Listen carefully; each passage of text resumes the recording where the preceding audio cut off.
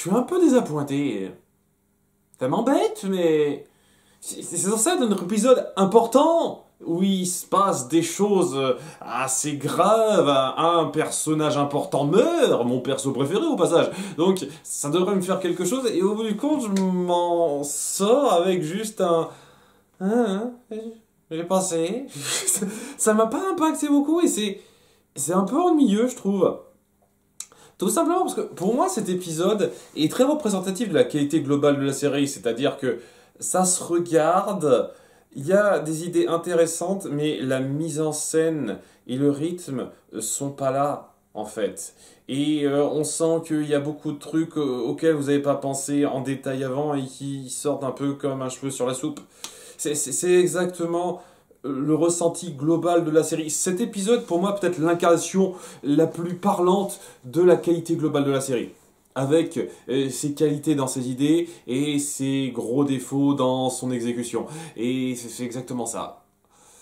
Et on va en parler. Donc, cet épisode, c'est donc l'attaque de Sol Regem contre la ville. Et tout le monde panique, évidemment. Le boulanger en premier, hein, c'est sur lui qu'on doit centrer l'image au tout début.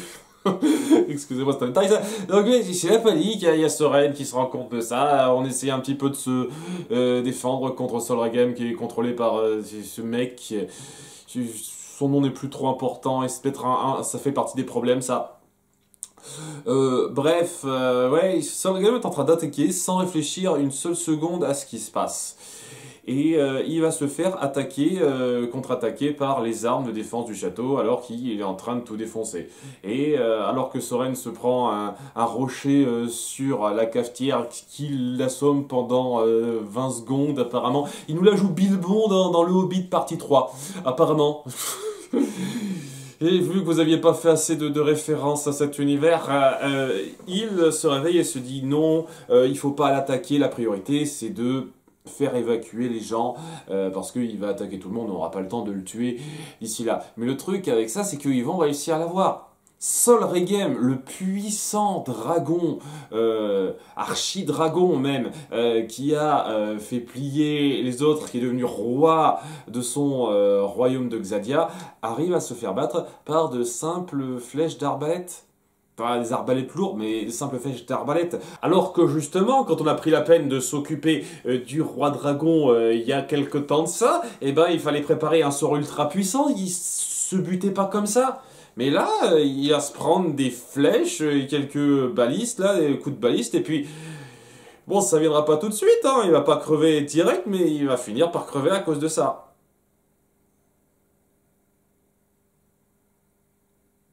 Je sais pas, la puissance qu'il était censé représenter perd un petit peu en poids avec ça, pour moi. Mais on doit appuyer que c'est un peu la fin du personnage, et c'est pas celui-là que je considère comme étant le plus grand personnage qui est part, etc., etc. Mais voilà, c'est juste pour appuyer aussi qu'il y a des conséquences, et qu'au bout d'un moment, il y a des persos importants qui meurent, et il y a une signification derrière, quoi. Quand même. Mais, ouais... alors qu'on attaque tout le monde, il y a donc Soren qui donne l'ordre aux soldats d'évacuer la ville. Et il décide aussi de se rendre auprès de son père, de le libérer de sa cage en disant fais quelque chose pour protéger les gens.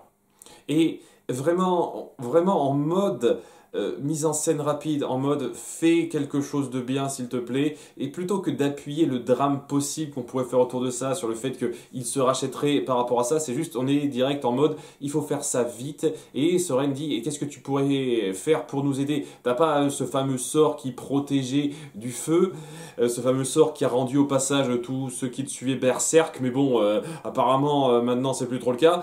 Eh ben non, j'avais une pierre primordiale à l'époque, maintenant c'est pas possible. Ah oui, mais avec la magie noire, tu peux pas faire quelque chose?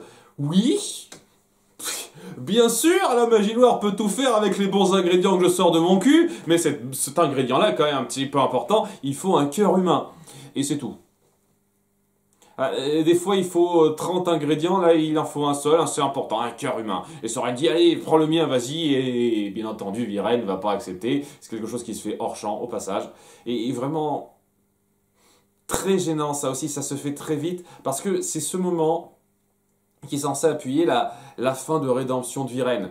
Il sacrifie sa vie en utilisant ce sort qu'il a utilisé pour attaquer Xadia, pour ce coup-ci défendre les siens. Et dans un sens, c'est un petit peu joli, d'un point de vue symbolique, mais en même temps, dans la mise en scène, qu'est-ce que c'est pauvre!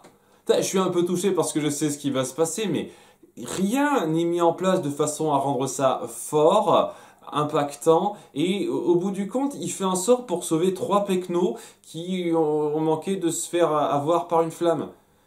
Pour permettre aux gens d'évacuer, quoi. Et vraiment, c'est ça, un 3 pecnos, et Soren, bien entendu, donc Soren dans le tas, mais vraiment, c'est même pas comme s'il faisait ce sort pour protéger spécifiquement Soren. Si encore ça avait été le cas, c'est ça, c'est juste je fais ce sort pour lutter contre ce gars et ouais, il fait ce dernier sort, il meurt et on essaye de faire un peu de mise en scène forte sur le fait qu'il y a sa vie qui défile devant ses yeux et qu'au bout du compte, il se voit comme un serviteur du royaume et c'est joli ça aussi, il y a une partie qui est jolie là-dedans, mais dans les conséquences et la portée de l'acte, c'est tellement anecdotique. Vous auriez juste pu faire en sorte que la plupart des gens se barrent et qu'il y en ait quelques-uns qui meurent, et ça aurait été pareil. Et puis, vous parlez de cœur humain, mais avec le nombre de cadavres qui devraient joncher les rues, là, vous ne pourrez pas prendre un cœur humain auprès d'un cadavre, je vous dis tant qu'à faire, autant partir là-dessus, quoi. Mais bon, étant donné que c'est un sort avec des propriétés que vous sortez de votre cul qui n'a jamais été un tant soit peu appuyé avant, oui, c'est un cœur humain, et voilà, j'utilise le mien de cœur comme ça pour me sacrifier. C'est censé être joli, et franchement, étant donné que ça n'a pas été amené plus que ça, ben la signification n'est pas plus forte que ça. C'est vraiment irritant, je vous cache pas. C'est vraiment irritant parce que je devrais être ému aux larmes devant la mort de Viren qui se sacrifie pour corriger un peu ses erreurs, mais il corrige pas grand chose, il protège 3 Pékins rapidement et après on s'en fout. En tout cas, dans la mise en scène, c'est clairement ce qui transparaît, quoi. Il donne pas l'impression de sauver une grande partie des gens, etc. La plupart des gens sont déjà évacués, c'est juste quelques blaireaux qui sont restés sous des décombres, quoi. C'est ça le truc. C'est ça sa contribution finale, c'est ça son dernier sort. Après une discussion ultra rapide avec Soren, qui regrette un tout petit peu ça, mais rapidement, et puis après qui se barre et qu'on revoit plus de l'épisode. Genre, après que tout le monde a été évacué, que ça s'est calmé, je le verrai assez vite essayer de revenir là-bas pour retrouver le cadavre de son père, quoi. Limite, voir si peut-être il aurait pu y réchapper ou je sais pas quoi, mais non, il est pour l'heure. Et au passage, après ça, personne va essayer de revenir au château pendant une durée assez importante, hein, comme on va le voir. Donc, je suis désolé, j'ai un peu de mal à être grandement pris dans ce drame que vous mettez en place quand c'est mis en scène aussi pauvrement. C'est chiant, je vous jure, ça me gonfle, quoi, d'être juste un tout petit peu touché, pas plus que ça, par la mort d'un personnage qui est censé être le meilleur de votre histoire, quoi. Avec un acte qui symboliquement devrait représenter beaucoup, mais qui dans les faits, dans l'exécution, sonne un peu comme un peu foireux presque. Je suis désolé, ça m'énerve de voir ça. Je devrais kiffer ce truc, entre guillemets, je devrais être ultra ému par ça, et c'est juste le strict minimum. C'est irritant, c'est vraiment irritant. Et c'est pas pour dire que c'est affreux ou quoi que ce soit, c'est juste, je devrais ressentir plus qu'un petit peu quelque chose. Ça devrait être plus que ça. Et ouais, c'est tout ce que vous faites, ça me... C'est frustrant, c'est ultra frustrant ça. Enfin bref, voilà, Viren est mort. Viren est mort, et apparemment là c'est pour de bon, hein. Il n'y aura pas de suite à ça, d'après ce qui est mis en place. Et en même temps, Solregen est mourant, quoi. Il s'est pris des tas de flèches et des coups de baliste. Pas des masses, on n'en voit pas des masses, genre quelques-uns ci et là, et apparemment ça suffit pour le mettre au bord de sa vie, quoi. Il va pas tarder à crever, et c'est là que...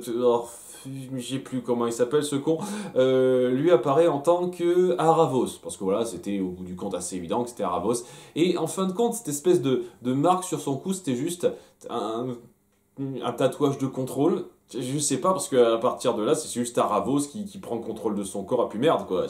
C'était tout ce que c'était. On va pas donner plus d'explications à ce mec, en fait. C'était un fidèle d'Aravos qui s'est fait son tatouage et qui pouvait se faire contrôler. C'était qui ce type? On donne pas d'explication à d'où il sort, même pas 3 phrases. Une fois de plus, je demande pas la putain de lune, les gars.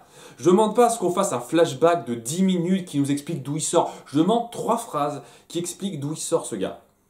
Genre, ce mec était un fidèle des elfes stellaires, il a vu mon nom, il a confondu, il m'a confondu avec un grand penseur ou je sais pas trop quoi, et il s'est voué à mon culte, et grâce à ça j'ai pu le contrôler, ce genre de truc, quelques phrases et ça aurait suffi, vous voyez, pour un peu justifier d'où il sort ce gars, mais on ne fait même pas ça. C'est saoulant de voir que vous prenez pas la peine de justifier les éléments qui sont assez importants dans votre intrigue comme ça, quoi. Enfin bref, de toute façon maintenant c'est juste un réceptacle à la con, juste pour qu'il nargue le gars à Sol Regem.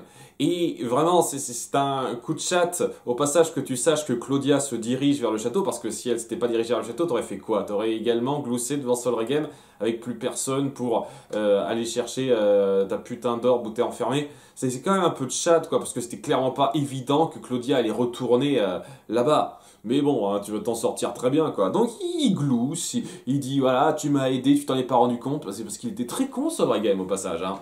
Mais vraiment, en plus d'être beaucoup plus faible qu'il ne le laissait paraître avec ses ailes guéries, il était très con. Et le mec, il s'est dirigé clairement pas la même direction que voulait Karim. À la limite, je peux le comprendre, il est aveugle, mais c'est tout un château qui est attaqué. Il y a clairement pas la configuration qui était prévue, ou alors Karim n'a absolument rien dit. C'est-à-dire, tu vas attaquer, je vais pas te dire quoi, c'est là, il t'indiquera l'endroit. Le reste, c'est bon, hein, on s'en fout, aucun détail. Les gens sont cons, ils ne prévoient rien de précis, quoi. Et c'est à cause de ça qu'ils se font manipuler comme des débiles, apparemment. Je ne sais pas, hein, voilà. Sol Regem était un gros débile qui s'est laissé manipuler alors qu'il n'était pas du tout du côté d'Aravos. Il savait pas du tout qu'il attaquait autre chose que ce que Karim voulait et lui aussi, il était con, voilà, et il lui dit merci de m'avoir aidé mon vieux, et vu que tu vas crever, je vais te faire une dernière faveur, je vais dire ce qui a tué ta femme.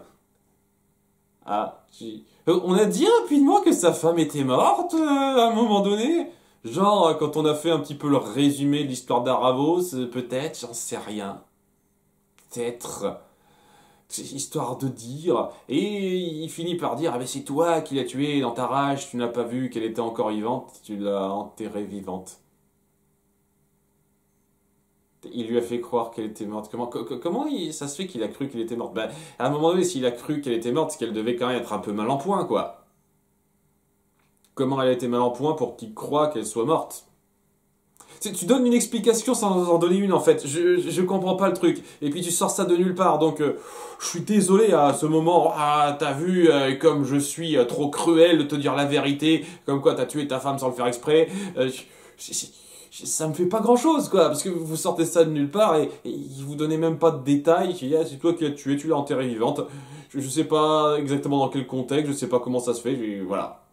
Et donc, bien entendu, il est dégoûté, le gars, de savoir qu'il a enterré sa femme vivante. Il bouffe le réceptacle, donc le gars, qui n'aura plus d'importance, quoi, mais il ira toujours à Ravos, parce que, bien entendu, c'était juste une projection du gars. Et il crève après ça. Et là aussi, ça me fait ni chaud ni froid. Je vous jure, je pense que dans de meilleures circonstances, si on avait vraiment développé cette perte de sa bien-aimée, comment ça l'a affecté, ou le fait que il déteste les humains et qu'il se rende compte qu'au bout du compte, qu'en les détestant, il a fait le jeu du gars, des tonnes de trucs qui auraient pu être forts d'un point de vue significatif. Là, vous nous balancez des tonnes d'infos qui laissent absolument de marbre, je suis désolé pour moi, et ça fait pas grand chose de le voir crever ce gars. Alors que je pense qu'il y aurait quelque chose à faire. Même sa rivalité, son conflit avec Aravos, on n'a rien appuyé de précis. Alors, on a juste fait un flashback dans la saison 2, ce me semble, où il était pas content de l'humain qui les représentait, parce qu'il a reçu des pouvoirs de Aravos. Mais c'est tout. À aucun moment on a montré un ressenti très puissant de sa part envers Aravos et ce qu'il représentait, dans un flashback ou autrement. C'était juste son conflit avec cet humain très indirectement, mais au-delà de ça, rien, quoi. Donc cette espèce de moment où il jubile face à lui en disant ah je t'ai eu, toi qui m'as toujours détesté, ah ça te fait quoi de savoir que tu m'as aidé, tout ça, moi ça me fait pas grand chose en fait mec, hein, puisque tu fais pas grand chose pour l'appuyer avant, donc c'est bien hein, dans l'idée peut-être, dans l'exécution globale pas des masses quoi. Je suis désolé, c'est exactement ça tout l'épisode. C'est pareil donc, alors que le château est en ruine et que Soren va pas essayer d'y retourner pour revoir son père, ah non, il faudrait pas qu'il retrouve Claudia, il y a Claudia qui arrive pile à ce moment-là, juste après. Genre 30 minutes après la casse. Bien entendu, elle a pas croisé Soren ou les autres qui étaient en train de se barrer de ce château, alors que ça aurait quand même dû être très visible, mais bon, je sais pas combien de temps s'est passé exactement, hein, c'est pratique, ils doivent pas se croiser, hein. Bref, et elle se rend là pour le voir, elle commence à être inquiète, et puis elle voit, enfin, Terry lui fait comprendre que le corps de son père est enseveli sous des décombres, et globalement, il s'en sort plutôt bien pour être un corps enseveli sur des décombres. Il est encore plutôt entier, quoi. Je m'attendais à ce que vous fassiez quelque chose d'assez gore lorsque on a vu son bras qui dépassait de décombres, mais au bout du compte, voilà, son corps est en état normal, quoi, hein. C'est pas comme s'il était écrasé ou resté grand chose de façon à ce que ça traumatise d'une quelconque façon, sans que ce soit forcément montré, quoi. Je veux dire, juste qu'on l'imagine avec du hors-champ bien fait, quoi, ce genre de choses. Non, non, il est en état tout à fait acceptable, en dépit du fait qu'il est mort, évidemment. Donc, limite, elle pourrait peut-être, possiblement, refaire les mêmes sorts qu'elle a essayé de faire la première fois, hein. Ça m'a l'air totalement faisable techniquement, mais apparemment, non, c'est plus possible. Je ne sais pas pourquoi, et 2 fois ça marche pas. Règle magique, un TGCM, c'est très pratique dans cette série. Et donc, c'est censé être un moment ultra émouvant où Claudia regrette parce qu'il représentait tout pour elle, elle lui a tant appris à s'aimer elle-même, etc. Je vais dire, d'où ça sort ça? Ouais, tu m'as appris tant de choses sur moi, etc. Oui, certains trucs peut-être, mais là, d'où ça sort ces machins-là que t'as appris de lui, comme si c'était tout pour toi, etc., etc. C'est vraiment le truc qui m'embête beaucoup dans le développement de Claudia depuis la fin de la saison 3, c'est que depuis la fin de la saison 3, pour une raison qui m'échappe entièrement, son monde entier tourne autour de son père. Viren représente absolument tout pour elle et c'est quelque chose qui n'a jamais été appuyé à ce point avant. Elle avait ses petites excentricités, elle avait certains points d'intérêt qui ne dépendaient pas de Viren. Viren n'était pas la seule personne d'importance pour elle. Et maintenant, il n'y a plus que lui et son petit copain Terry qui existe pour elle. Le reste, elle s'en fout royalement. C'est ridicule. Je sais pas quoi, vous sortez ça de nulle part aussi, ce qui fait que oui, je suis pas aussi touché par ça grand parce que c'est comme si il y avait plus que ça pour elle. Et donc oui, c'est quand même censé être un moment un peu touchant, ça l'est un petit peu. Une fois de plus, mes excuses d'appuyer la négativité dans ces réacs, c'est juste que je suis tellement frustré que ça me fasse un effet aussi moindre. C'est juste le strict minimum que je devrais ressentir quand je vois quelqu'un pleurer un mort. Un mort qui était proche de lui ou elle, quoi. Et vraiment, quoi, le fait de ressentir ce strict minimum constamment au fil de l'épisode, bah, c'est frustrant parce qu'il y avait clairement moyen de faire beaucoup mieux que ça. Enfin bref, voilà, elle est un petit peu atterrée par ça, mais c'est là que l'orbe d'Aravos lui envoie une voix dans la tête pour qu'elle le ramasse. Et il lui envoie un petit message pour dire que ouais, j'ai essayé de prévenir ton père, j'ai essayé de le sauver, malheureusement on peut plus rien faire. Mais je pense qu'il y a moyen d'aider encore plus de gens. Veux-tu m'aider? Et il y a Terry qui dit attends, laissez-la respirer, mais non c'est bon, laisse tomber Terry, t'es pas important pour l'instant. D'accord, je vais bien t'aider, je vais te suivre. Elle est vraiment en mode je suis parce qu'il faut que je suive, quoi. C'était pareil aussi avec Viren dans la fin de la saison 3, quoi. Elle doit suivre le mouvement du grand méchant pour que ça l'arrange. Pourquoi? Parce qu'elle est un petit peu conne et se laisse manipuler facilement. Je suis désolé, c'est ça, hein. Ce qui fait que je suis pas totalement dedans non plus, hein. Claudia, plus ça va, plus j'ai du mal, alors que je l'aimais beaucoup dans les 2 premières saisons, hein. Mais là, ça arrête pas de descendre, hein. Je sais pas trop quoi penser hein, du perso. Hein. Donc, ouais, bon, elle va suivre les désirs d'Aravos pour faire ce qu'il veut, etc., etc. Et il lui parle d'un sort pour faire revenir les morts à la vie. Je sais plus exactement comment il a dit exactement. Et en gros, il lui dit qu'il faut 6 ingrédients. Donc 5 qui sont assez courants à trouver et un diamant un peu précis, particulier. C'est exactement le même diamant que ceux que Callum et Rayla vont utiliser pour sauver ses proches qui sont piégés dans les pièces. Comme par hasard. Enfin, je dis comme par hasard, mais il y a une logique. Voilà, c'est une prison. Lorsqu'on transforme quelqu'un en pièce, on le met dans une sorte de prison de l'esprit. C'est un peu pareil pour Aravos, là où il est. Donc, il y a une connexion. Ok, vous savez quoi? Des fois, ça se goupille assez correctement. Donc, ouais, mais comme par hasard quand même. Hein. Je trouve quand même qu'il y a un peu de comme par hasard, quoi. Hein. Mais, ouais, parallèlement, il y a Callum et Rayla qui se sont rendus donc au Nexus lunaire. Et oui, j'avais pas très bien fait le lien tout de suite, mais c'est vraiment là où il y a leur copine elfe des illusions ultra puissantes. Ça fait longtemps qu'on l'a pas vu, qui est en couple avec un mec que j'ai pas souvenir qu'on ait grandement développé le gars. C'est peut-être un détail que j'ai complètement zappé dans une saison précédente, mais vraiment. Mais voilà, elle est en couple avec un mec qui lui fait des massages, on est content pour elle. Et elle les accueille en disant « Oh, ça fait plaisir de voir que vous êtes à nouveau ensemble. C'est bien, parle pour les fans apparemment. Et elle se rend compte que une des 3 pierres du diadème qu'ils ont pris est fausse. C'est une contrefaçon, une espèce d'illusion. Et aucun elfe stellaire ne l'a remarqué jusqu'à présent. Il y a l'autre mec qui a atteint la vision divine, je vois la vérité, le futur, tout ça, tout ça.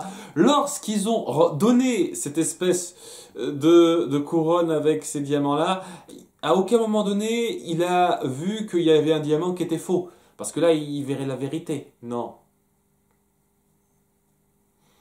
Après, je sais pas, hein, on vit dans un monde où apparemment personne ne voit la différence entre une orbe luisante et un putain de bonbon sucré. Donc, qu'est-ce que vous voulez que je vous dise? C'est déjà dingue qu'il ait fait cette différence-là de lui-même, hein, qu'il ait fait cet effort de différence-là par lui-même, hein, il pouvait pas faire ça 2 fois. Hein. Donc, ouais, hein, ils se rendent compte que trop tard, qu'il y en a un en trop. Bah, bien entendu, ils comprennent pas tout de suite les implications parce qu'il y a avec l'autre sort, etc. Mais il y a quand même un truc un petit peu grave, c'est qu'apparemment on peut en utiliser qu'une par sort. Ces trucs ultra rares ne peuvent sauver qu'une personne à la fois. Apparemment, c'est quand même pas de veine. Heureusement qu'il n'y en avait pas des masses non plus. Hein. Et aussi, c'est très vache pour l'autre mage là, ancien qui a transformé en pièces lui aussi. Lui, j'imagine qu'on s'en branle royalement. Maintenant que Viren est mort, on va pas du tout se pencher une seconde sur son sort et voir ce qu'on pourrait faire pour lui. J'imagine, hein. De toute façon, déjà, il y a Rayla qui est en mode « Qu'est-ce qu'on fait? Je sais pas trop, j'ai 2 pierres, il faut que j'en sauve 2 sur 3, c'est un choix cornélien. Bon, sauf tes parents, ça devrait aller. » Ah, non, j'en sais rien. J'avoue, oui, dans un sens, à sa place, ça doit être difficile. Même si je comprends toujours pas pourquoi on peut les utiliser qu'une fois, une chacune, mais bon. Enfin bref, j'imagine que. Enfin, j'espère qu'on donnera plus de détails à ça par la suite. Mais oui, depuis tout ce temps, Aravos avait subtilisé cette pierre. Il avait incorporé dans le fameux sceptre spécial qu'on voit depuis tout ce temps. Et c'est donc cette pierre qui donnait cette puissance un peu particulière à ce sceptre. Et apparemment, juste défaire un sort d'emprisonnement dans une pièce, ça vide complètement cette pierre.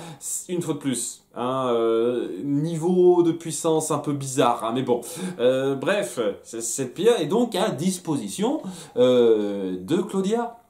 Elle peut faire son sort, elle le lance, et le suspense, c'est que il semblerait que ça n'ait pas marché. C'est le suspense.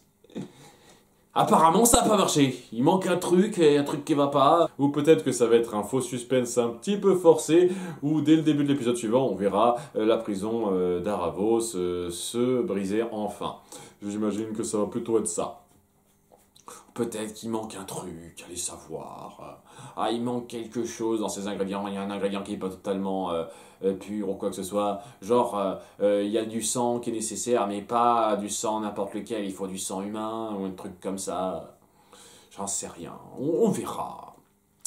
En tous les cas, cet épisode était correct, vraiment. Et j'apprécie beaucoup d'idées qui sont mises en place. Je ne peux pas accepter de donner beaucoup de points à une exécution aussi pâteuse, si j'ose dire. Ça manque beaucoup trop d'impact et de force dans la mise en place, dans les règles magiques que vous instaurez et dans juste la mise en scène que je peux pas trouver ça génial.